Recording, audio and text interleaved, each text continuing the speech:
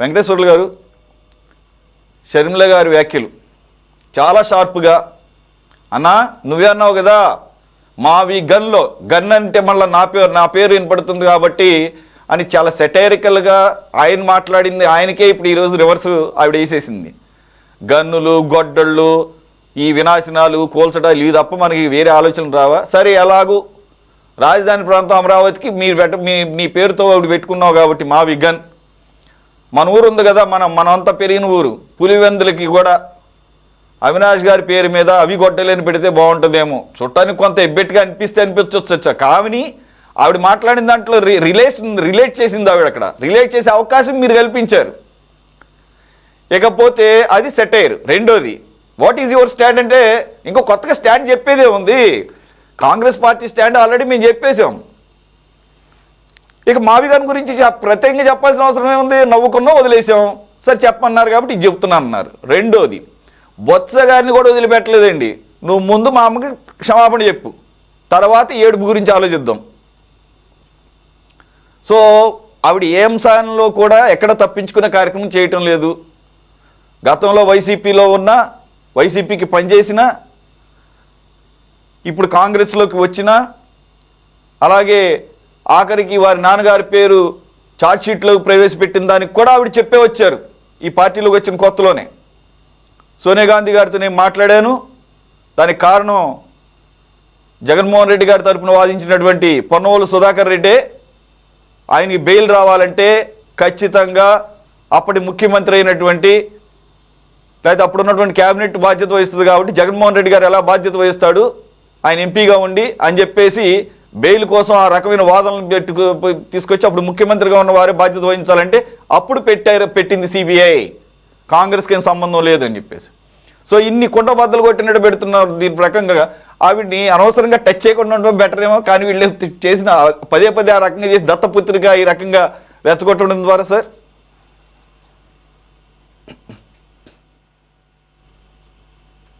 Sir మ్యూట్లో ఉంది sir. Venkateswara గారు ప్లీజ్ మ్యూట్లో ఉంది. ఆమె జాతీయ పార్టీకి నాయకురాలు. అదే ముందు రాజకీయ పరిజ్ఞానం ఇవన్నీ అనేది మనం మాట్లాడే దాన్ని బట్టి మన అంచనాకు వస్తాము. కాబట్టి ఒక జాతీయ పార్టీకి రాష్ట్ర అధ్యక్షురాలుగా ఉన్నప్పుడు మాట్లాడేటప్పుడు ఆమె స్థాయి తక్కువ ఉన్నా, చిన్నగున్నా, పెద్దగున్నా ఆమె హోదాకి, ఆమె పార్టీకి గౌరవించాలా, ఆ పద్ధతిలో మాట్లాడాలి. వీళ్ళు అట్లా మాట్లాడడం పద్ధతి కాదు.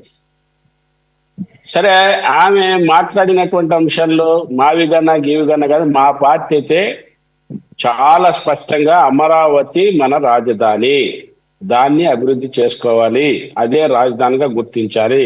కానీ సంపద అంతా ఒకే చోట కేంద్రీకరించి ఉత్తరాంధ్ర, రాయలసీమ వెనకబడిన ప్రాంతానికి కూడా మనకున్నటువంటి అధికారాలు, విధులు, నిధులు వికేంద్రీకరణ చేసి రాష్ట్రాన్ని అభివృద్ధి చేయడం, అప్పుడు అసమానతలు రావు అనేది సిపిఎం చెప్తున్నటువంటి లైన్. రేపు ఇదే బీజేపీ ఈ అసమానతలు సృష్టించి రాయలసీమ, ప్రత్యేక రాయలసీమలో కొంతమందిని ఎగ్గొట్టి, లేదా ఒక పార్టీ ఏదన్నా రేపు ఎన్నికల్లో బలహీన పడితే ఉత్తరాంధ్ర, రాయలసీమ రెచ్చగొట్టడానికి కూడా బీజేపీ వెనకాడదు. ఈ రాష్ట్రాన్ని ముక్కలు చేయడానికి కూడా బీజేపీ వెనకాడదు. బీజేపీ యొక్క ఉద్దేశమే అది. కాబట్టి బీజేపీ ఏ పార్టీని, ఏ రాష్ట్రాన్ని దానికి ప్రేమ ఉండదు. బీజేపీ ఎక్కడ చేయి పెడితే దాని లాభమే కోరుకుంటుంది. కాబట్టి ఆ రాష్ట్రం అమరావతి ఉండాలి రాజధాని, దాన్ని అభివృద్ధి చేయాలి, ఇంకొక పేరు ఉండకూడదు. జగన్కి ఏ పార్టీ కూడా, తెలుగుదేశం వాళ్ళు కూడా అంత పవర్ఫుల్ గా చెప్పలేదు, మా పార్టీ చెప్పింది. ఈరోజు బివి రాఘవులు గారు కూడా చాలా స్ట్రాంగ్ గా చెప్పాడు. కాబట్టి అది మరి ఈ మావిగండ్లు, గీవిగండ్లు ఇవి అనవసరమైనటువంటి ప్రజల నుంచి వేరుపడడానికి. మళ్ళీ రేపు మేము వస్తే దాన్ని అని నాని కూడా మాట్లాడడం, పేరుని నాని మాట్లాడడం కూడా చాలా విడ్డూరంగా ఉంది. అదేవిధంగా ఇంకొక నాని కూడా నేను మాట్లాడేది మీరు చూసింటారు. ఒక విలేకరు అడిగాడు, ఏమిటి కనపడితే మీ ఇంటికి వచ్చి నమస్కారం పెట్టాలా, లేదా రోజు వచ్చి సల్యూట్ కొట్టాలా? మరి అప్పుడు మాట్లాడారు, ఇప్పుడు అప్పుడు అధికారం ఉండే మాట్లాడాము. కానీ అప్పుడు ఏం మాట్లాడాడు ఈయన? ఎంత ఘోరంగా మహిళల్ని అవమానిస్తూ మాట్లాడాడు. ఆ శాపం కూడా వీళ్ళకి. కాబట్టి నైతికంగా కూడా మనం ఆలోచించాలి. కాబట్టి ఆమె మాట్లాడిన అంశాల్లో మరి కొన్ని అంశాలు బాగున్నా, రాజకీయంగా మాట్లాడినా, నా వ్యక్తిగత అభిప్రాయం మాత్రం ఆమె రాజకీయ పద్ధతుల్లో ఇలాంటివి మాట్లాడితే మంచిది, కానీ మరి వ్యక్తిగత విషయాల్లో అదే పనిగా కుటుంబ వ్యవహారంలో దాన్ని రాజకీయానికి జోడించడం కరెక్ట్ కాదన్నది ఆమె దాని జాగ్రత్తలు తీసుకోవాలి. పదే పదే వ్యక్తిగత విషయాన్ని రాజకీయాలకు జోడించినందుకు ఆమె నాకు బాగా తెలుసు. అన్నాన్ని పిలుస్తా, మొన్ననే 31వ తేదీ ఒక మీటింగ్ లో కలిశాం విజయవాడలో. మీటింగ్ లో కలిసినప్పుడు నేను మాట్లాడుతూ కూర్చున్నది, పోయేటప్పుడు అన్న బాగా మాట్లాడావని అని చెప్పింది. వ్యక్తిగతంగా మనం ఇది ఉండాలి. రాజకీయంగా వచ్చినప్పుడు కుటుంబాలకి రాజకీయాలను జోడించకూడదు, అది కొంచెం జాగ్రత్త తీసుకోవాలి. ఇంకా వైసీపీ వాళ్ళు మేము చూస్తాము చేస్తాము, ఈ పదాలు నిన్న జగన్ గారు మాట్లాడినటువంటిది ఇది చూసే వాళ్ళకి మాత్రం ఏం బాగలే. రేపు అధికారంలోకి వస్తే తిప్పిన స్టేషన్ తిప్పకుండా అని చెప్తుంటే, విజువల్ చేస్తుంటే ఎవరన్నా కిందోడు అట్లా మాట్లాడితే ఇది మన పద్ధతి కాదు, ఇది మన అంటే నేను ఇంకొక మాట కూడా అడుగుతాను. అంటే నువ్వు అధికారంలోకి వస్తే తప్ప నువ్వు మునగాడువు కదా, అధికారంలో ఉంటే తప్ప నీకు చేత కదా, అంటే నీకు అధికారాన్ని ఉపయోగించుకునేది ప్రజలు అధికారం ఇచ్చేది ఇతరులను దాడి చేయడానికే. ఇవన్నీ వస్తాయి మనకి. కాబట్టి ఇది ఇలాంటి ఒక ఉన్నతమైన స్థాయిలో ఒక ముఖ్యమంత్రి స్థాయిలో చేశాడు, ఉన్నాడు, భవిష్యత్తు కూడా ఉంది. అలాంటి వ్యక్తి ఇట్లా మాట్లాడడం సరైనది కాదు. మావి గన్ అనేది దాన్ని భూస్థాపన చేయడం మంచిది. కాబట్టి ఇంకొకరు ఎవరో అన్నారు, నా ఫ్రెండ్ ఎవరో ఫోన్ చేశారు, ఈమె గొడ్డలి పులి అన్నప్పుడు కాదు వినాశ పులి అని పెట్టాలని చెప్పారు. వినాశ పులి అంటే అది తీసేసి వినాశ పులి అని ఎవరో నాకు మధ్యాహ్నం మాట్లాడుతూ అన్నారు. కాబట్టి పేర్ల ద్వారా దేని ద్వారా కాదు.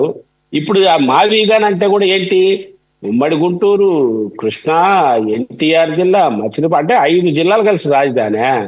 ఇది నమ్మశక్యంగా ఉండేదా? ఇది పద్ధతి? జనముకి అంగీకారమా? ఇవి కూడా ఆలోచించాలి కదా. ఒకే ఉద్దేశంతో అది వాళ్ళు పెట్టారు కాబట్టి నేను పెట్టకూడదు, ఇదే. మంచి శత్రువు అయినా మంచి పని చేసినప్పుడు మంచి పని చేశారు అప్రిషియేట్ చేస్తాం, మేము మద్దతు ఇస్తాం, మీ అండగా ఉంటాం అని చెప్పాలి. మీరు చెప్పారు కదా, కానీ మీరే అంటారు కదా మా నాయకుడు మాట తప్పుడు మెడమ తిప్పుడని. మాట తప్పాడు, మెడమ తిప్పాడు. సరే, నేను వైసీపీ సోదరుల సంగతి జనసేన మన సోదరులు, తెలుగుదేశం సోదరులకు నేను సూచన చేస్తాను. మనకు ఉన్నటువంటి పవన్ కళ్యాణ్ గారు ఏం చెప్పారు ఆ రోజు?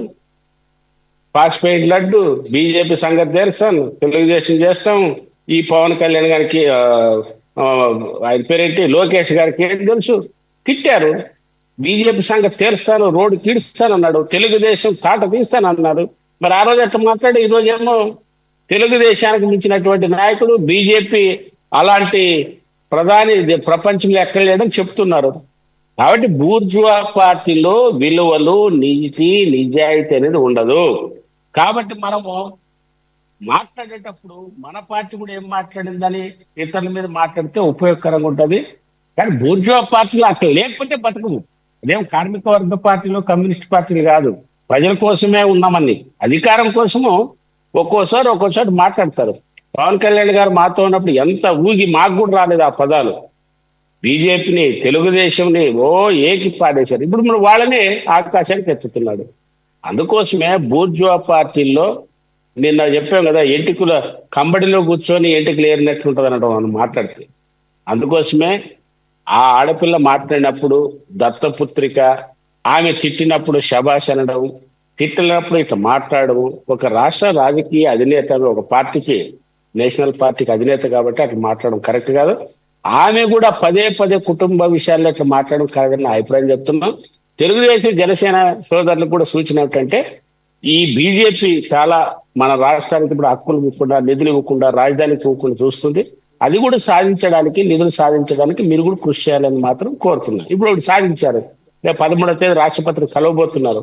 ఆ రాష్ట్రపతిని కలవచ్చినప్పుడు ఇది కూడా మా రాజధానికి, అమరావతికి డబ్బులు ఇవ్వండి, మీరు సూచించండి అని ఎంటబడితే మంచిది. ఏదో బీజేపీ వాళ్ళకి భయపడే అది మాట్లాడకుండా ఉంటే మన రాష్ట్రానికి పరోక్షంగా మీరు కూడా అన్యాయం చేసిన వాళ్ళు అవుతారు. ఓకే, సురేష్ గారు. Thank you very much for joining. Venkateswarlu గారు, లక్ష్మీకాంత్ గారు, రామారావు గారు అండ్ శేఖర్ రెడ్డి గారు. ఇది వాళ్ళ టాప్ డిబేట్. మరో అంశంతో మళ్ళీ కలుద్దాం. Stay tune to city 24.